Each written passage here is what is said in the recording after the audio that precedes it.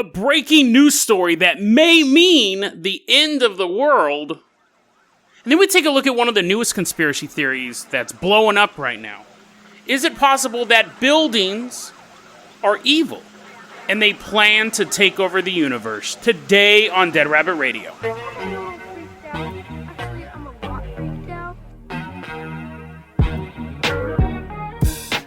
Hey everyone, welcome back to another episode of Dead Rabbit Radio. I'm your host, Jason Carpenter. I'm having a great day. I hope you guys are having a great day too.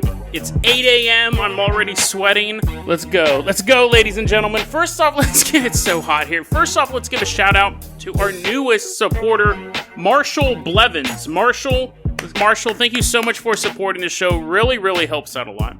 If you can't support the Patreon, go ahead and help get the word out about the show. That also helps spread the word, talk about it online, in real life, whatever you do, hire a skywriter, any way to help get the word out about the show. That would be awesome. Marshall, let's go ahead and hop into Dead Rabbit Dreadnought, our vaunted battleship. We're going to take it. We're leaving behind Oregon. We're headed to Puerto Rico. This is actually a breaking story. I had something else planned, and this popped up. This article just popped up. I find it weird that nobody's talking about this, because I'm going to make some comparisons to another story that blew up. We're going to Puerto Rico. It's August 10th, 2020. We're in Puerto Rico. It's 2:45 a.m., so everyone's asleep on the island. The little parakeet that's sleeping, little lemurs are sleeping in Madagascar. I don't think they're in Puerto Rico, but somewhere off in the middle of the forest, or jungle, I don't know what the biome is of Puerto Rico, there is the Arecibo Observatory.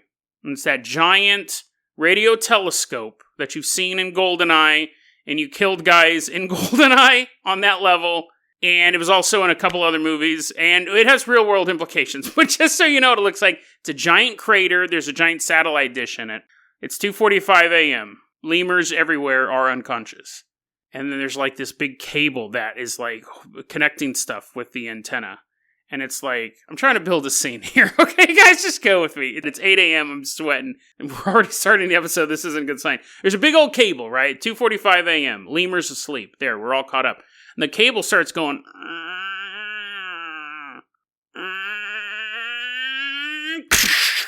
and then it's like, and it smashes into a bunch of stuff. Now, it would have been really cool if people were there to watch it, to see it, so they could be like, look out, it's a cable, and like people are like jumping over it. I think the cable's actually like bigger than two human bodies. I don't think it's like a wire that you can jump rope. Anyways, mood is built. Let's get to the actual story here. This is whatever the waste of time that was.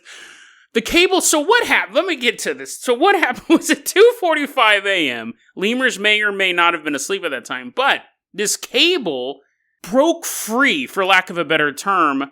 It broke free from its harness and smashed into the radio telescope, cutting a 100-foot swath through the main dish. Now, this thing has withstood hurricanes and earthquakes, and it's been around for about 53 years at this point. I think it was built like back in the 60s. And they've done regular maintenance on it. It survived budget cuts, the most disastrous of all disasters. Congress was constantly trying to cut funding to it. They had to keep finding money from other sources. But this cable may actually do it in. It was actually the world's largest radio telescope for a long time until they built one in China. But it smashed. It smashed up good. Why is this a breaking story? Why do we really care that a bunch of nerds, old toy from the 60s got destroyed? Well, this thing has two uses. Oh, it has a bunch of uses, but the two things that are important to us as Homo sapiens is it detected asteroids, right? So that's something you want to detect way before. But we have other things that can do that. It was mainly famous for the SETI program. That's the Search for Extraterrestrial Intelligence.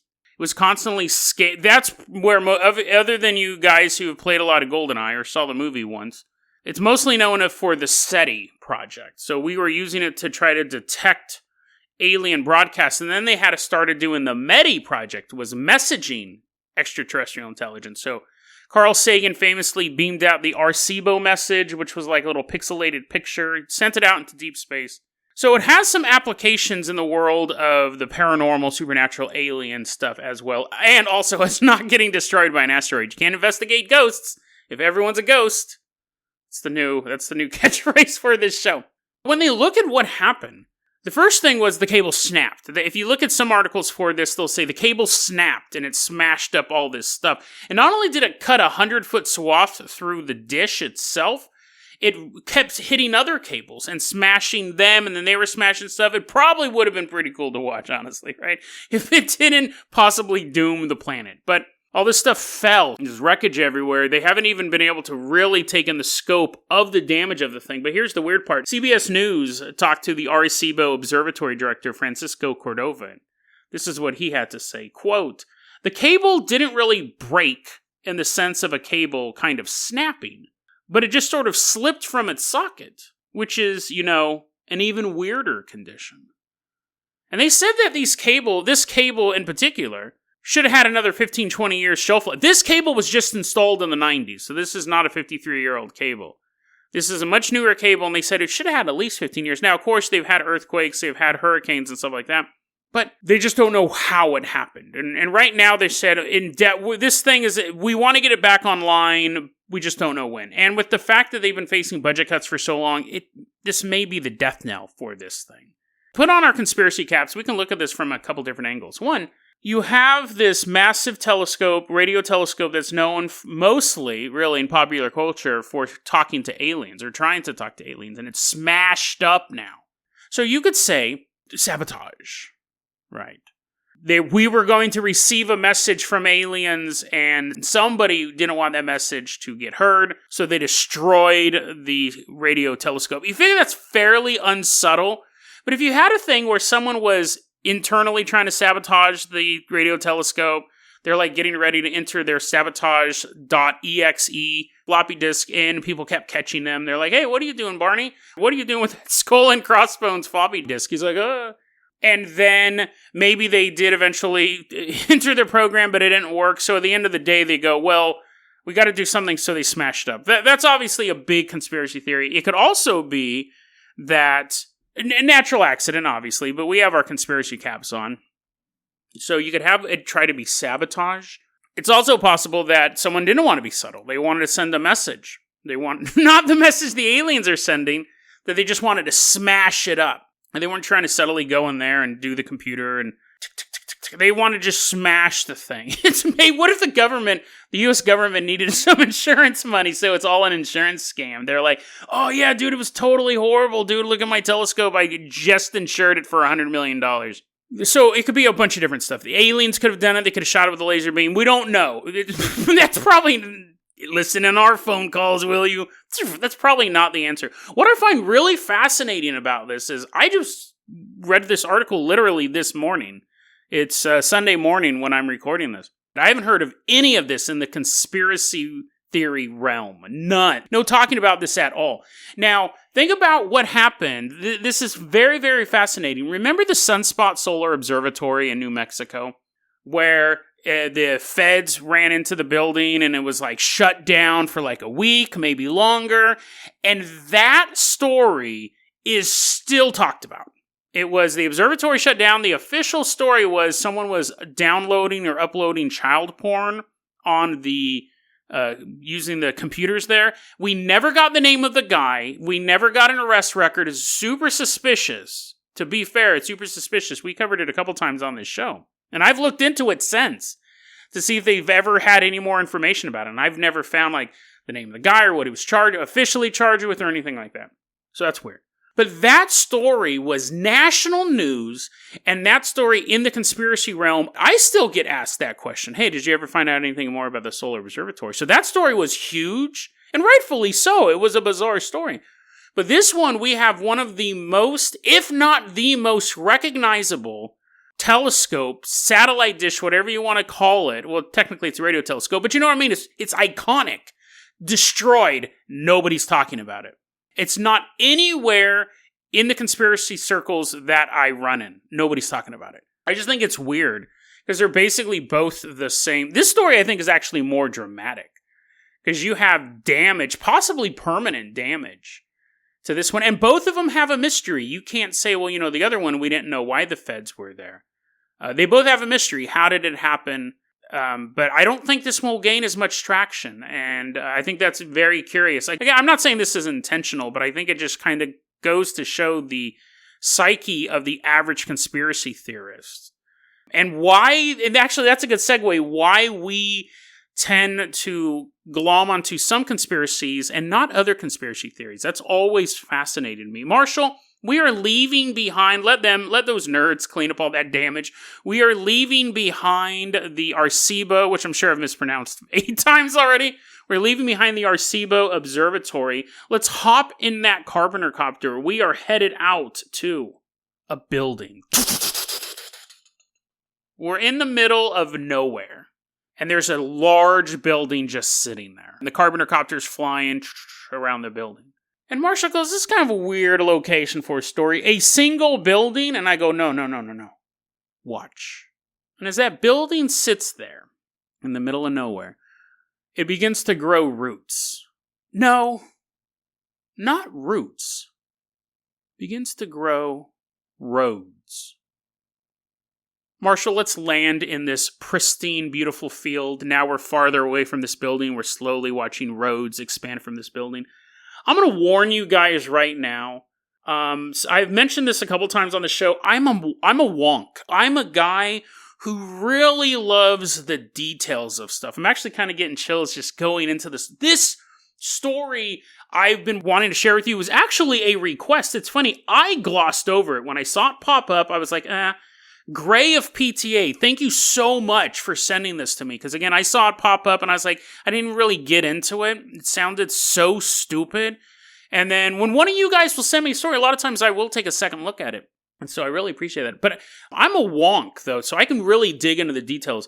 This segment, I'm going to try. Hopefully you find it entertaining, because what we're going to do is we're going to deconstruct this conspiracy theory. I don't think we've really done this yet. This conspiracy theory is so new, and it's such a fetal form that we can actually really dig into it. So what I'm going to do is I'm actually going to read you the original conspiracy theory that was put out. Originally, it was put out on X, and then it jumped to Reddit very, very quickly. And now it pretty much has a life of its own, much like the building in front of us. I'm going to read this conspiracy theory to you. It's not very long.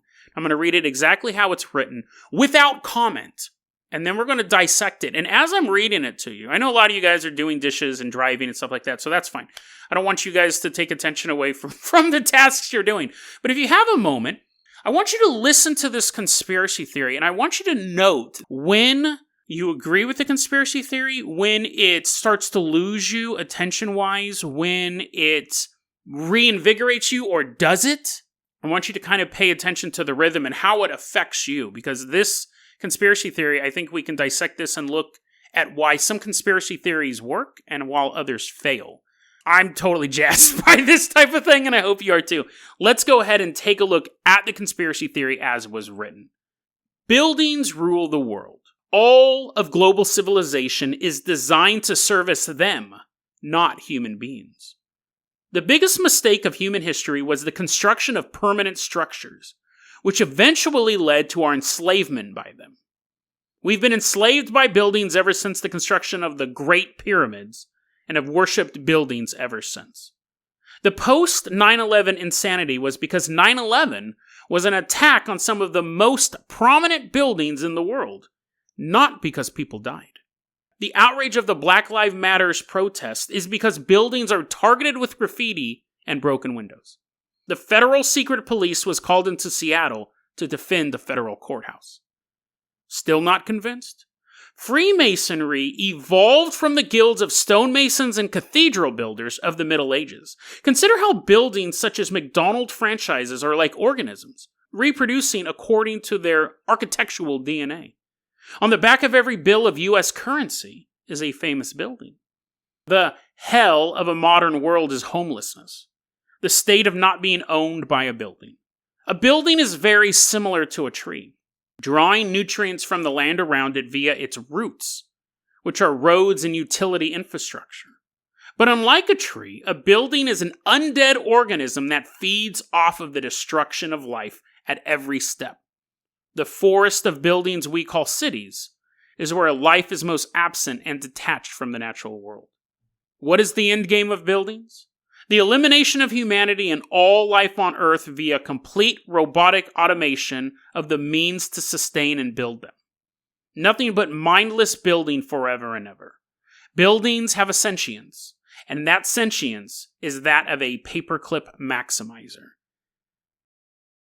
And I'll explain that. Paperclip maximizer it's kind of like a thought experiment. If you build a AI or a computer and you say collect as many paperclips, that's all you need to do is collect paperclips.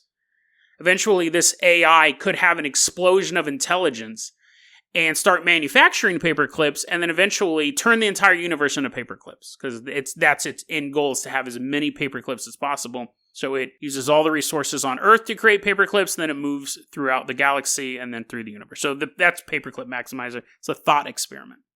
We all have a little picnic set out.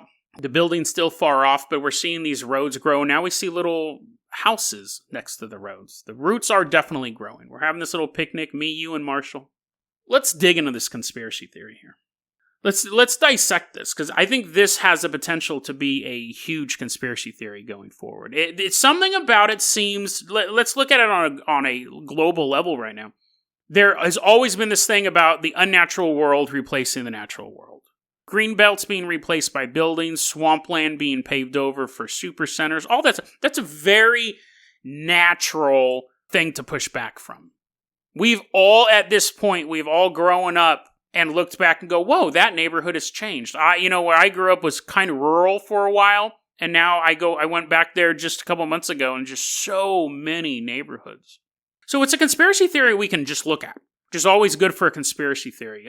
Flat Earth is one of the reasons why it works is that you never really see the curve of the Earth. It's not true, but it's a conspiracy theory that's one of the reasons why it's so popular. It's an observational conspiracy theory. This one, anyone who's lived I'd say over 15, 20 years has seen their neighborhoods change, unless you're in the city. But even then, when you go into the countryside, you go, oh, this is what air smells like. I can actually see the stars. So we do have this thing about the natural, unnatural world. Perfect scenario for a conspiracy theory. The first sentence, where it's just like buildings rule the world, it controls civilization, super tight, grabs your attention right off the bat. The second part, where it's talking about the biggest mistake was creating the permanent buildings, and it starts with the pyramids. Again, a strong conspiracy theory a lot of times will tie into an existing conspiracy theory. The mysteries of the pyramids have been with us since the first person goes, hey, what's that? And the people who built them weren't around to really explain what was going on. So, again, that's a really tight thing. Now, you could easily, I think a misstep, and I've seen other people talk about this in the comments referring to the story, they start talking about Göbel Tepe. I don't know how to pronounce it, but they started talking about these other mysterious monoliths and cities and monuments. It doesn't work. Everyone knows what the pyramids are. A little kid could draw a pyramid. Don't get too complicated with your conspiracy theory. I think you can go with pyramids, Atlantis, Bermuda Triangle, stuff like that everybody knows about. Once you have to start explaining it, no. But the person who did this was smart, because they straight up said, it's like the pyramids. That was the beginning of our enslavement. It's evocative. The pyramids already have a lot of links to like mysticism.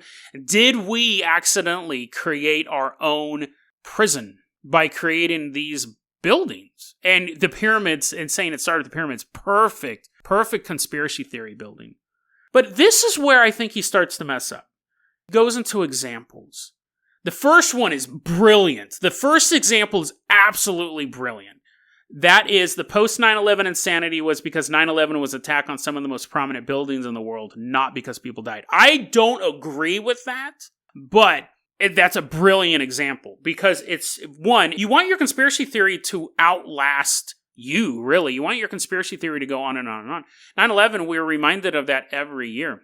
And if you can get something in someone's head that when people talk about 9/11, it goes, oh yeah, I remember that conspiracy theory saying that was the real reason why everyone was upset, was because like we attacked these buildings. These buildings were basically gods or demigods. These were giant structures that were controlling humanity, that humanity killed. It would be the equivalent of, it wouldn't be David versus Goliath. It would be David versus the Archangel Michael. The Twin Towers were recognizable buildings. It was something that you just knew of. Not as common as the pyramids, but still, it was as common as, say, the Empire State Building or the Golden Gate Bridge. Very, very perfect example. This next part is this person's first slip-up. And we are going to kind of dissect this as well. This next part. The outrage of the Black Lives Matter protest is because buildings are targeted with graffiti and broken windows. So that was his second example. And then he goes on to say the federal secret police were called into Seattle to defend a federal courthouse. That's not true. It was in Portland. So you got to be really careful when you're constructing this type of stuff because that's a factual error. The idea that buildings are evil and sentient and trying to take over the planet, that's a fanciful idea. You can make a fanciful statement, but you're really going to get stuck on your facts. And so, that wasn't a deal breaker for me. When I saw that, I wasn't like, what? No way. I'm indulging in the conspiracy. I love conspiracies as an art form almost. It almost is an art form, and it's a form of mind control art form. So it's more than just looking at a painting. It's a painting that actually isn't trying to convince you that the painting is good. It's trying to convince you that the painting is real important and only you can see that painting. That's the different. That's the layer of art form of a conspiracy theory. It gives you a sense of importance because you know the truth and other people don't know the truth. So, but so you want to get your facts right though. But again, that wasn't a deal breaker. But I thought this earlier on in the show, like episode 6 or 7, I gave the recipe for a good conspiracy theory. If you guys remember it, you guys get a gold star. Time plus distance plus a group you don't trust equals a good conspiracy theory. In this conspiracy theory, buildings are the group we don't trust. That's what the argument is don't trust buildings. So that's fine. It's not something that people normally don't trust, but think about it. We think of haunted houses, we think of creepy buildings, we think of beautiful fields and untouched land being taken over by civilization. So people do have a distrust or a leeriness of buildings. It's touching on something that people don't really talk about, and that's another thing. This conspiracy theory really makes you think about something that you otherwise wouldn't have thought about. You know what I mean? Like, you can already kind of make the argument. There's been tons of stuff about liminal spaces and the back rooms and all these other things. So buildings are evil is actually a group we don't trust. Time plus distance is what that example fails. The Black Lives Matter protests are going on right now. And you're going to have people who read that comment, and some of you may too, because I read it without comment the first time. Some of you too may go, at that part, because they go, well, that's not why I'm upset. Or someone goes, oh, I don't care about buildings being destroyed. And what it does is it creates a little schism in your head. It gives you a chance to think. It gave you a chance to think and go, what? And because that's going on right now, I don't think that's a good example. I have a better one. I have a better example that doesn't take you out of the narrative and doesn't make you start thinking about the news you read that day. Here's my example. If you're listening to this person who crafted this, or really anyone who wants to adjust this, I think this is a much better example. If someone walked down the street with a shotgun and killed 5 people in the middle of the street, it's a tragedy, it's a mass murder, it could be considered a terror attack depending on the reasoning of why they did it. But let's take that same perpetrator, those same 5 victims, and move them 200 feet to the south. Now you're in a college classroom. What do you call it? It's called a school shooting. You blow up a car, kill 20 people, tragedy. Obvious tragedy. Mass murder, possibly terrorism. You move that a half a mile north. Same bomb, same people. Church bombing. We use the location, sometimes though. We use the location sometimes in lieu of the victims. If it takes place, you never heard of a field shooting. You never heard of a street attack. They don't call them that. Church bombings, school shootings. That is a much better example because it's basically saying the violence inflicted on the people is second to the building where the violence is inflicted on. And, like I said, you want to implant that seed. The next time, hopefully, you would pray that there's never another church shooting or workplace violence. See, it's the place that's labeled. And I know why. I mean, obviously, jumping out of the conspiracy theory, it's evocative. It's scarier, right? A church bombing is scarier than a street bombing because it's a place where we should be safe. And I understand that's the reason why they're labeled like that. But in this conspiracy theory, I think that's a better thing. And when those things happen again, in the back of your head, you go, you know what, that reminds me of a conspiracy theory I read a long time ago. When you read about some horrible tragedy that happened somewhere, you're like, oh yeah, I read this thing about like buildings are evil, and that's why we refer to them as like church bombings, because, you know, the buildings and that. So it would keep that in your head.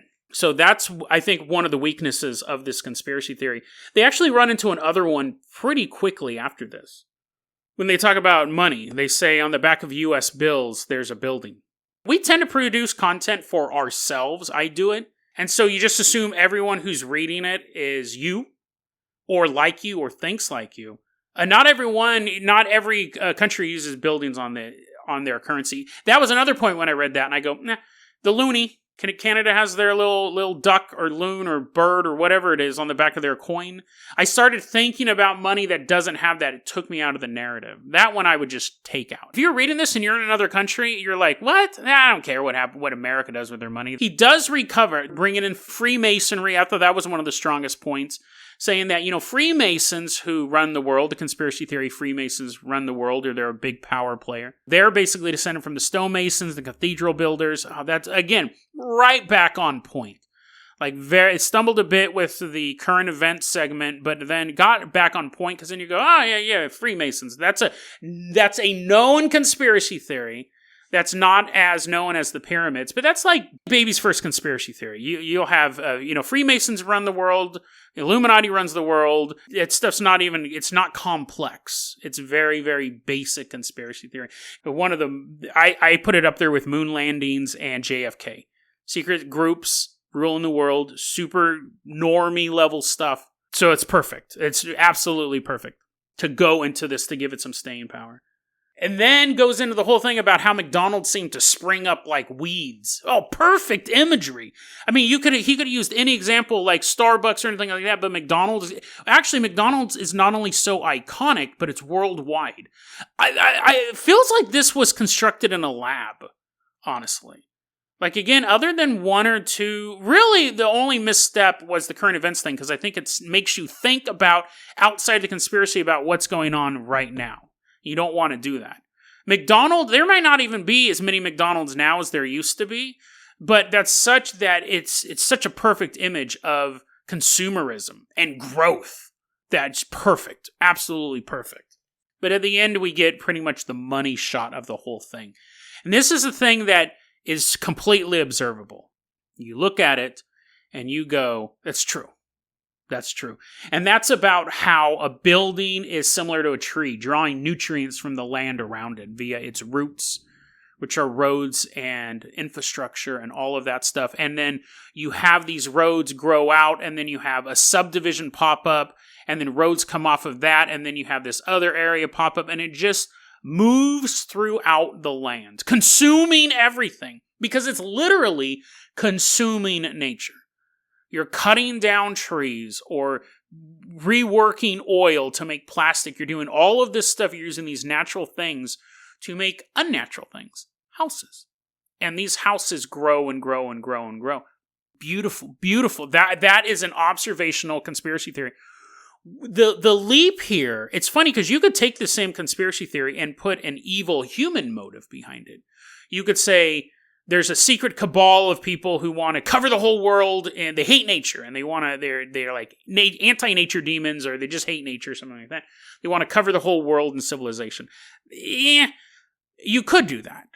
And I think a lamer conspiracy theory would do that, would put it on. Like the Illuminati believes that grass is proof of God, so they want to show, yeah. I think the fact by making the buildings the enemies themselves, it's so evocative. I've taught, if you listen to the show, how many times have I said, I hate empty buildings? I think it's super spooky. Even on early episodes, I was talking about empty libraries scare me, empty schools scare anything. And that's a normal thing. I've learned through the show, maybe not normal, but I'm not alone in that.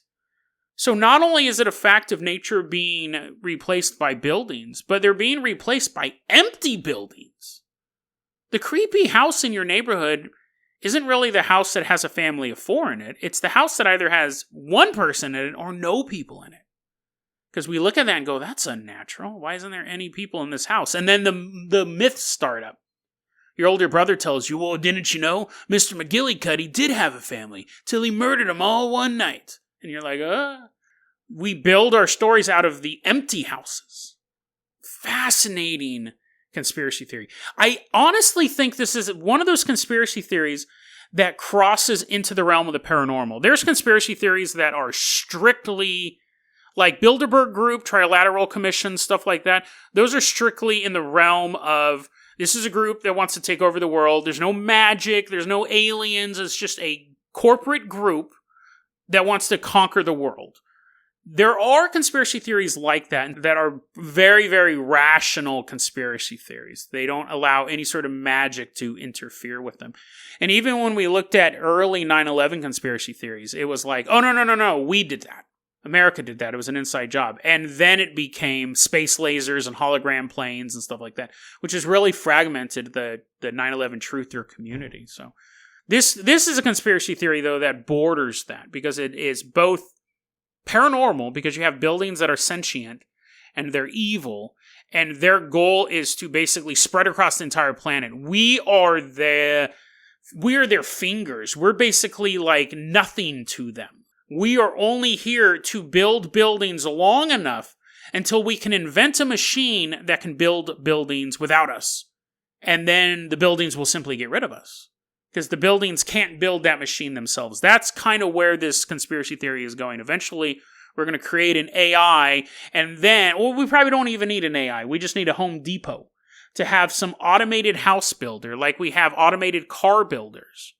And eventually houses can come off of a line, and roads can be paved by automated cars and stuff like that, and eventually we're gone.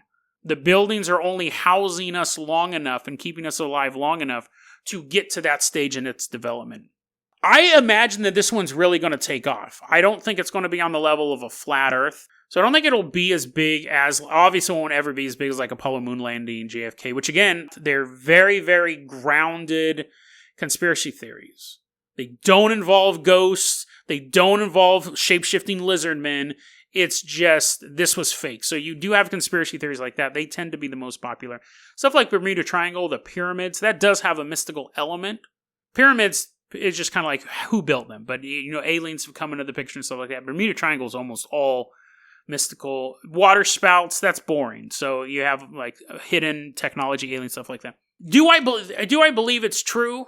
I think it's a great horror story. I think it's an absolutely great horror story. I didn't believe in but another thing that kind of threw me off was, and I'll address this too, the homelessness. The modern hell is homeless. Now, a lot of people, they're like, I'd much rather be a hermit. I much rather wish I could throw away the bonds of civilization and just wander out into the woods and survive. But I have this need to be part of this group. Maybe the buildings are telling you need to stay as part of civilization. But that part also kind of went, but it's fine. Again, that's not a deal breaker. I would take out the stuff about the current events, and I would take out the U.S. money thing. Because that'd be like saying, here's a conspiracy theory, and in my hometown, here's proof of the conspiracy theory. Anyone outside of that hometown's like, what?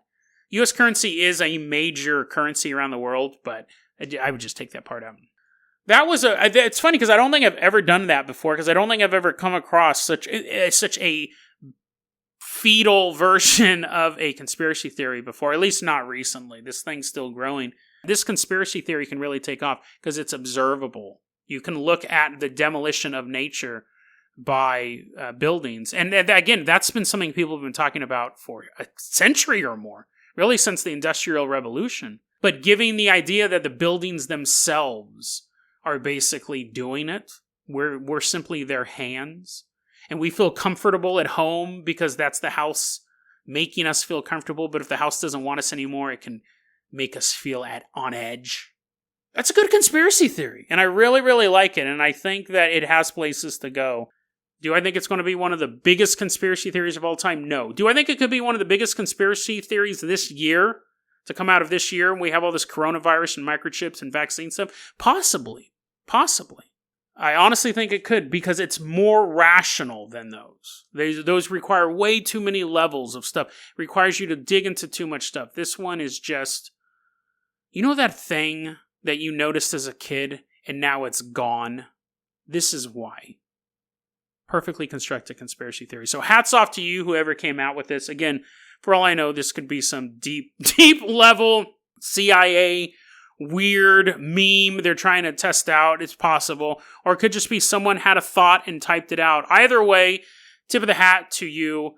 Very, very well constructed. We will see where this goes. It's kind of a different episode of Dead Rabbit Radio, but I saw this and I really wanted to dissect it. Do I believe it's true? Did I answer that? Did I believe it's true? I think it's a good. I think I did answer that. I think it's a good horror story. It definitely opens your mind up when think about it this way. Think about it this way. With this conspiracy theory, with me talking about this conspiracy theory with you today, next time you go, and I guarantee you, next time you go into a building, if you have a second to think, if you're not like walking into Walmart and you're getting badgered with music and bright lights and colors and everything like that, you walk into a building and you have a quiet moment. And you'll just be kind of looking around. In that moment, you'll have that moment of break from all the chaos and noise. You'll go, I remember hearing a conspiracy theory once about buildings are alive and trying to take over the planet or something like that. You'll kind of brush it off, but it's one of those conspiracy theories that you just see so much evidence of it. It's just hard to dismiss out of hand. DeadRabbitRadio@gmail.com is going to be our email address. You can also hit us up at Facebook.com/DeadRabbitRadio. Twitter is @DeadRabbitRadio. Dead Rabbit Radio is the daily paranormal conspiracy and true crime podcast. You don't have to listen to it every day, but I'm glad you listened to it today. Have a great one, guys.